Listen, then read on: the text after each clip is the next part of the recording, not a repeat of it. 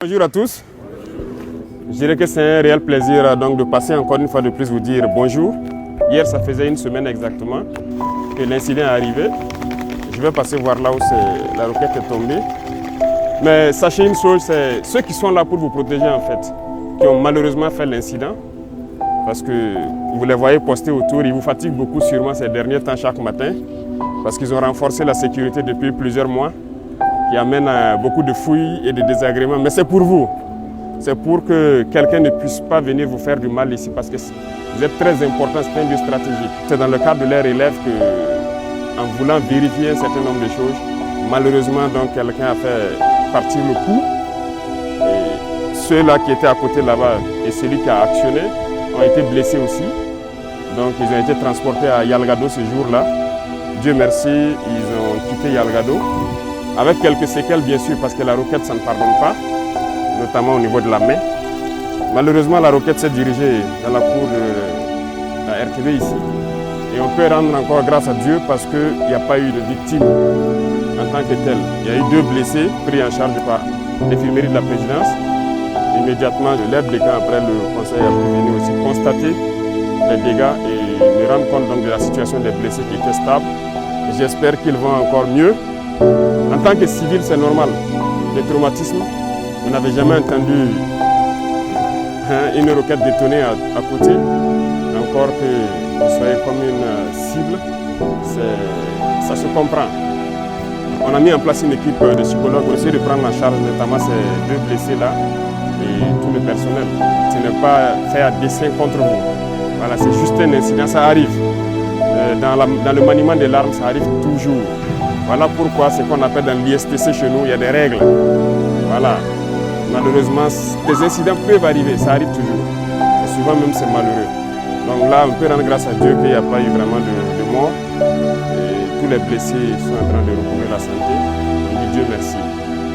Personne ne veut se faire surprendre.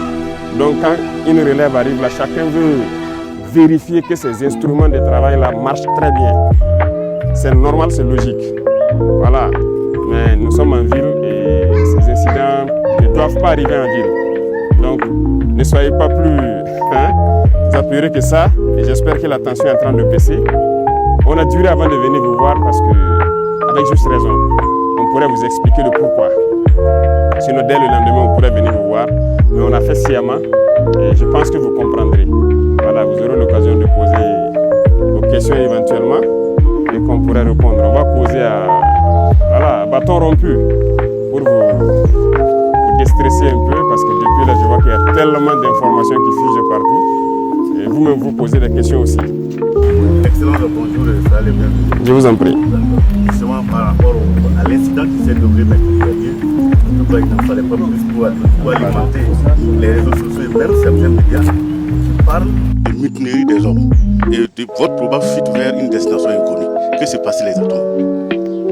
Peut-être qu'ils allaient dire même que le directeur de la télé a été enlevé aussi. Bon, il n'en est rien. Hein.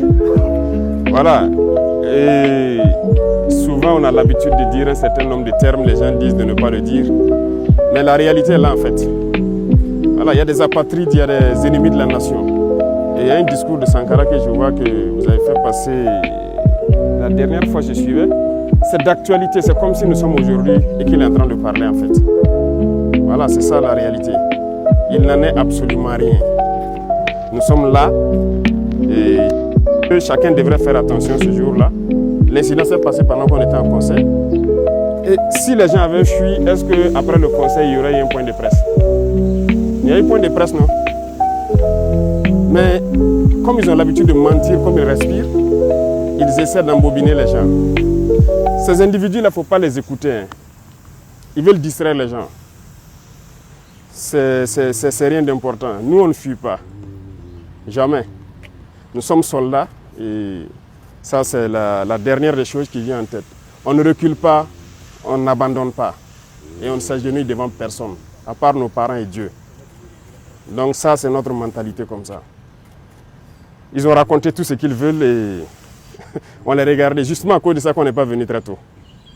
Il fallait les laisser alimenter leurs mensonges. Et c'est ce que je disais, peut-être qu'ils allaient venir dire que le directeur a été kidnappé Et sa femme même qui croyait peut-être à leur ineptie, allait regarder que mais là je vois maintenant qu'ils mentent. Ils ont la haine en eux. Ils sont constipés intellectuellement. Et c'est ça qui fait qu'ils sont obligés de mentir. Parce que sûrement qu'ils ont pris, ils ont un pacte avec les impérialistes. Et ils sont obligés de travailler pour les faire croire. C'est des escrocs en fait. Sinon nous on est là, on continue de travailler, on est avec vous chaque matin, on passe. Voilà. Mais on ne voulait pas venir pour les laisser continuer jusqu'à aller se noyer eux-mêmes. Et je pense qu'ils se sont bien noyés maintenant. Toute l'Afrique a compris que ce sont des apatrides, ce sont des ennemis de la nation. Voilà, sinon il n'en est absolument rien. Nous sommes là, on travaille. Monsieur le Président, quelle est l'appréciation que vous faites du traitement de cet incident par les médias, notamment les médias occidentaux? Les médias occidentaux, ce n'est pas nouveau. Et ça tombe bien, vous êtes des journalistes, vous travaillez dans l'information. Vous voyez ce qu'on appelle le média mensonge? Je pense que beaucoup ont compris maintenant. La plupart